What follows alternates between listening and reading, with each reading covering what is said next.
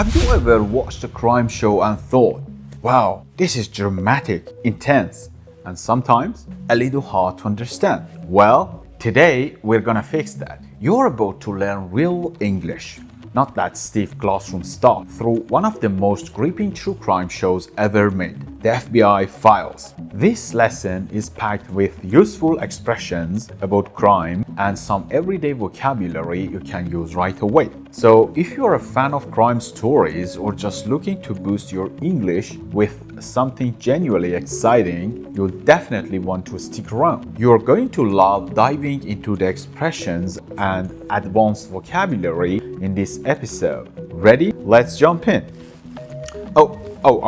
Wait. Did you catch that? I said one of the most gripping real-life shows. Let's pause right there. What does gripping mean? So, gripping means something so interesting or exciting that it completely holds your attention. Here are a couple of examples to help you remember it. I found the book so gripping that I couldn't put it down. Netflix is known for its gripping true crime content, the kind that leaves your head spinning. So next time something has you totally hooked, you can say it's gripping. Alright, now let's jump right in. Hey there and welcome to my channel. This is where I break down everything English, whether it's real-world conversations, gripping stories, or subtle expressions you might miss. Right now, I'm diving into the language used in the true crime series, the FBI Files, to help you pick up some new vocabulary, expressions, and sentence structures. But before we jump into the episode, let me give you a bit of context about the show. By the way, I'm Harry, and if you are new here, welcome. And if you are a returning viewer, welcome back. Alright, so here's a bit of context about the show. The FBI Files is a documentary series based on real criminal investigations in the United States. The language is intense, emotional, and full of powerful expressions, making it perfect for learning English that's both natural and dramatic. In this episode, we are going to learn from the gripping story of a 13-year-old girl named Amy who was kidnapped on her way to school. We'll go line by line, breaking down vocabulary, sentence structures, and showing you exactly how to use them in real life. Ready? Let's watch the first part of the clip. 13-year-old Amy McNeil had her whole life ahead of her. But when she was kidnapped on her way to school, her future was in peril. The first call her terrified parents made was to the FBI. They hoped that the combined experience of agents and local law enforcement would flesh out the kidnappers before they took her life.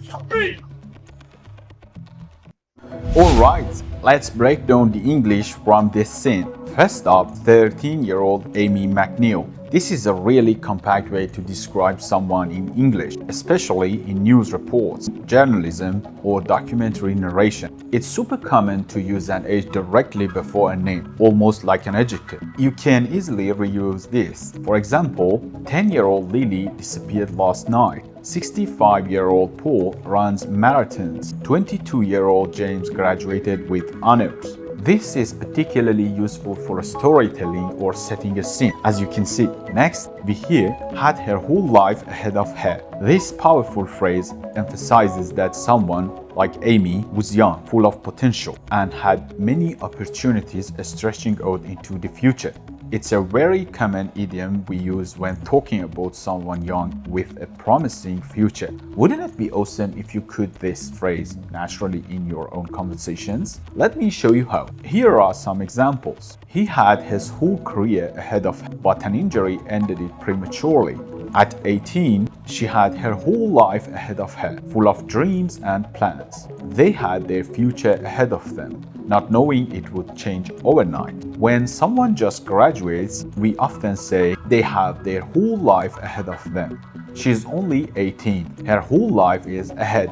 It's so tragic. He had everything ahead of him. Alright, Then the clip states that Amy was kidnapped. To be kidnapped means to be taken by force, typically illegally, and often to demand money or something in exchange for releasing the person. It's a very serious word. You'll often hear synonyms like abducted, taken, or snatched. This word is, of course, frequently used in crime and legal contexts. Notice how it's often used in the passive form. For instance, she was kidnapped. Here are some examples. The wife of a businessman was kidnapped from her home in London last night. The child was kidnapped outside the mall. They discovered he had been kidnapped for ransom. Authorities are still searching for the kidnapped tourists. She was kidnapped in broad daylight. Now, let's look at the phrase on her way to school. This simple prepositional phrase shows timing and movement. It's supernatural everyday English and you'll hear it all the time. To use it yourself, just say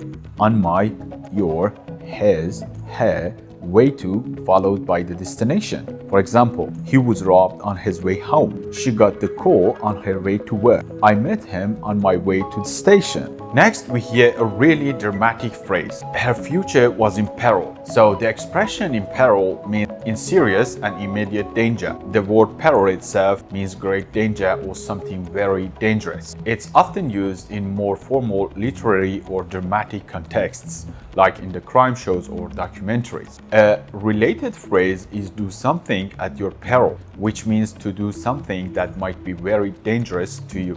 Very dangerous for you. For example, we underestimate the destructiveness of war at our peril. Here are some examples of in peril. Their marriage was in peril. The president said that we are entering a time of great peril. The mission was in peril after the explosion. His career is in peril because of the scandal. Our planet is in peril due to climate change. Then the narrator says, the first call her terrified parents made was to the FBI. Notice how this sentence is inverted. Instead of saying her terrified parents made their first call to the FBI, the narrator puts the action, the first call, right at the beginning. This creates a strong dramatic effect and builds suspense. The word terrified is an emotive adjective meaning very scared, and it really helps build that suspense. You can use this inverted structure for emphasis in your own storytelling. The last place I checked was under the couch. The first move the company made was to alert its legal team. The first thing she did was call her mother. The first thing she said was, I'm sorry. Okay, then the parents hoped the combined experience of agents and local law enforcement would help. Combined experience simply means all their knowledge and skills working together, the total expertise from multiple sources collaborating. And law enforcement is a collective term for police and other legal authorities. This phrase is structured as a noun phrase, the combined experience of Group A and Group B. The combined experience of engineers helped solve the crisis. With the combined experience of doctors and nurses, they saved his life. They relied on the combined experience of past cases to make their decision. The parents hoped law enforcement would flesh out the kidnappers. So in this context, to flesh out means to uncover their identities and plans, essentially to get more crucial details about them. More broadly, flesh out is a phrasal verb meaning to add details to something to make it more complete, like adding flesh to a skeleton. Think of it like adding substance to an idea or a plan. It's structured as flesh out plus object like ideas, suspects, or details. Here's how you can use it. The detectives were able to flesh out the suspect's identity. The outline is good. Now flesh it out with more information. We need to flesh out the details of the proposal. Can you flesh out the character's backstory in your script? The investigators slowly flesh out the criminal network. Alright, finally the narrator says, before they took her life. This structure emphasizes urgency and chronological fear. It's a very strong storytelling technique indicating time pressure and high stakes. You can use this to show immediate deadlines or consequences. For example, they had to act before it was too late. He escaped before the building collapsed. She found the truth before anyone could stop her. And remember the sentence, they hoped that the combined experience would flesh out the kidnappers. This is a great example of reported speech using a future in the past structure. Hope that would, it expresses a past hope about a future action. It's an advanced sentence pattern, but very useful. Here are more examples. They hope that the new plan would solve the problem. I hope that he would understand me. We hope that more people would show up.